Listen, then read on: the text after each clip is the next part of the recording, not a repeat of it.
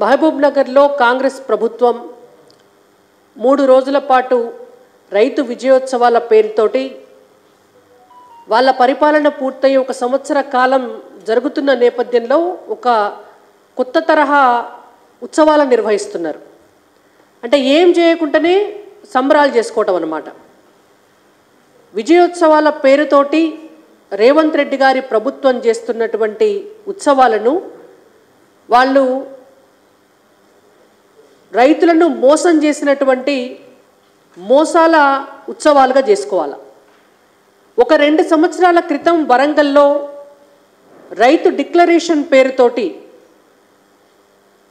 ఆనాడు ప్రతిపక్షంలో ఉన్నటువంటి కాంగ్రెస్ పార్టీ పిసిసి అధ్యక్షుడి స్థానంలో ఉన్నటువంటి రేవంత్ రెడ్డి గారి అధ్యక్షతన రాహుల్ గాంధీ గారు ముఖ్య అతిథిగా రైతు సంఘర్షణ సభ పేరుతోటి ఒక సభ పెట్టి తెలంగాణ రాష్ట్రంలో ఉన్నటువంటి రైతులందరినీ కూడా నయవంచన చేసి మోసం చేసి రైతు డిక్లరేషన్ పేరుతోటి ఒక 9 హామీలనిచ్చి రైతుల తోటి ఓట్లేయించుకొని అధికారంలోకి వచ్చి సంవత్సర కాలంగా ఒక్క హామీ కూడా నెరవేర్చకుండా ఇవాళ 3 రోజుల పాటు ఉత్సవాలు నిర్వహిస్తున్నారు. మరి ఈ విజయోత్సవాలు ఎవరి కోసం? ఎందుకంటే తెలంగాణలో ఒక సామెత చెప్తుండరు, ఎద్దేడ్చిన యవశం రైతేడ్చిన రాజ్యం బాగుపడదు అని. ఇవాళ తెలంగాణలో వ్యవసాయం చేస్తున్నటువంటి రైతులు 6 గాలం తిప్పలబడి దుక్కి దున్ని ఇత్తనాలేసి పంట పండించి ఆ పంటను అమ్ముకొని కూడా సరైనటువంటి మద్దతు ధర రాక, బోనస్ అందక, కొనుగోలు కేంద్రాలు లేక, వీళ్ళు ఇచ్చినటువంటి హామీలేవి నెరవేరక ఇవాళ అయ్యో రామచంద్ర అని చెప్పి గోసపడుతుంటే కాంగ్రెస్ పార్టీలో ఉన్నటువంటి కాంగ్రెస్ పార్టీ నాయకులు, ప్రభుత్వంలో ఉన్నటువంటి వివిధ హోదాలలో ఉన్నటువంటి నాయకులంతా కలిసి విజయోత్సవాలు మాత్రం చేసుకుంటున్నారు. మేము ఒకటే డిమాండ్ చేస్తున్నాం రేవంత్ రెడ్డి గారి ప్రభుత్వాన్ని, మీకు కొంచెమన్నా సిగ్గు ఉంటే, కొంచెమన్నా 2 సంవత్సరాల క్రితం ఏ రాహుల్ గాంధీ గారిని అయితే తీసుకొచ్చి వరంగల్లో రైతు డిక్లరేషన్ చేయించినారో ఇవాళ మళ్ళా అదే రాహుల్ గాంధీ గారిని తీసుకొచ్చి వారితోటి తెలంగాణ రాష్ట్ర రైతులందరికీ కూడా క్షమాపణ చెప్పించి మీరు విజయోత్సవాలు చేసుకోవాలి.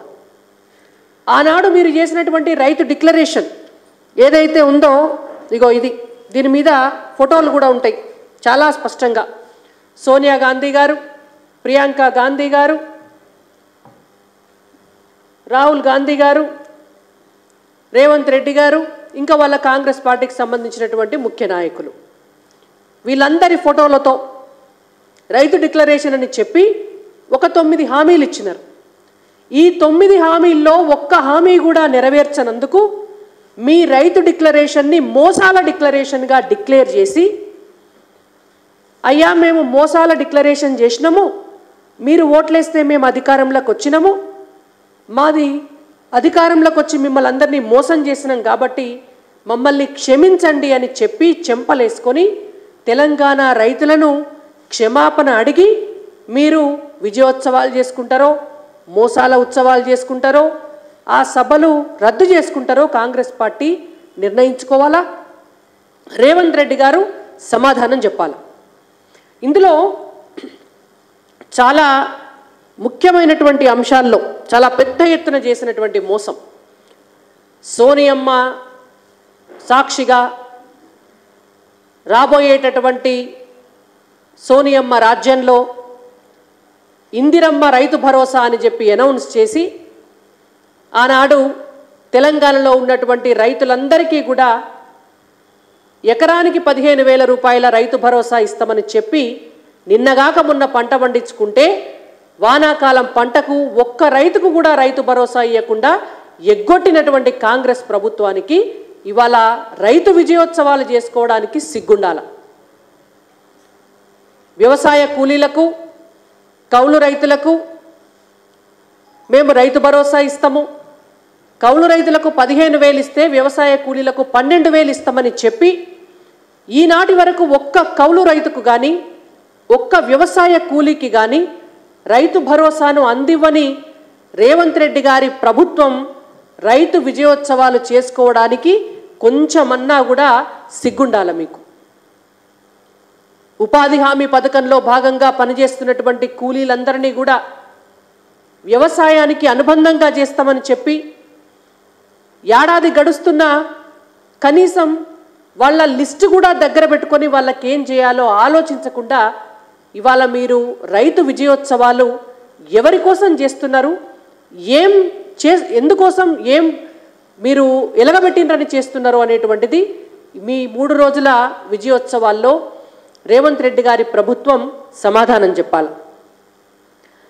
ఇంకొకటి అసలు సిసలైంది. అధికారంలోకి రావంగానే 2 లక్షల రైతు రుణమాఫీ ఏకకాలంలో సంపూర్ణం చేస్తాం, ఇందిరమ్మ సాక్షిగా సోనియమ్మ సాక్షిగా ఆనాడు రైతు డిక్లరేషన్లో కాళోజీ గారి పేరెత్తి, పివి నరసింహారావు గారి పేరెత్తి, సమ్మక్క సారలమ్మల పేరెత్తి, కాకతీయ చరిత్ర పేరెత్తి ఇన్ని మాటలు చెప్పినటువంటి రేవంత్ రెడ్డి గారు ఇవాళ మీ సొంతూళ్ళే కూడా ఉన్నటువంటి రైతులందరికీ రైతు రుణమాఫీ చేయలేనటువంటి పరిస్థితి. దానికి మీరు ఏం సమాధానం చెప్తారో తెలంగాణ ప్రజలకు చెప్పి మీరు 3 రోజుల రైతు విజయోత్సవాలు నిర్వహించుకోవాలి. ఇంకా చాలా మాటలు చెప్పినారు. ఆనాడు పంట నష్టపోతున్నారు రైతులంతా కూడా అనేక కారణాల చేత. తెలంగాణ రాష్ట్రంలో మన దౌర్భాగ్యం ఏంటంటే సొంత రాష్ట్రం వచ్చిన తర్వాత కూడా రైతులకి నాణ్యమైనటువంటి నకిలీ లేనటువంటి విత్తనాలను గత బీఆర్ఎస్ ప్రభుత్వం అందించలేకపోయింది, ఇప్పుడున్నటువంటి కాంగ్రెస్ ప్రభుత్వము అందించలేకపోతోంది. ఎరువులు చీడపీడలు వస్తే వాటన్నిటినీ కూడా నివారించేటటువంటి పురుగు మందులన్నీ కూడా కల్తీ నకిలీ అవ్వటం వల్ల వాటి వల్ల కూడా రైతులకు నష్టం జరుగుతోంది. విత్తనాలు ఎరువులు నకిలీ ఉండడం వల్ల దిగుబడి తగ్గి రైతు నష్టపోతున్నాడు. ఇదొక వైపు అయితే అకాల వర్షాలు, అనేక ప్రకృతి విపత్తులు, వీటన్నిటి వల్ల కూడా వరదల కారణంగా వీటన్నిటి వల్ల రైతు పంట నష్టపోయేటటువంటి సమయంలో నష్టపరిహారం చెల్లించడం కోసం గతంలో నరేంద్ర మోడీ గారి ప్రభుత్వం ఫసల్ బీమా యోజన పథకాన్ని ప్రవేశపెడితే తెలంగాణ రాష్ట్రంలో కూడా కొన్నాళ్ళు అది నడిచింది. ఆ తర్వాత ఎక్కడ నరేంద్ర మోడీ గారికి పేరు వస్తుందో అన్నటువంటి అక్కసుతో ఆనాడున్నటువంటి కేసీఆర్ గారు ఫసల్ బీమా పథకాన్ని నడవనీయలే.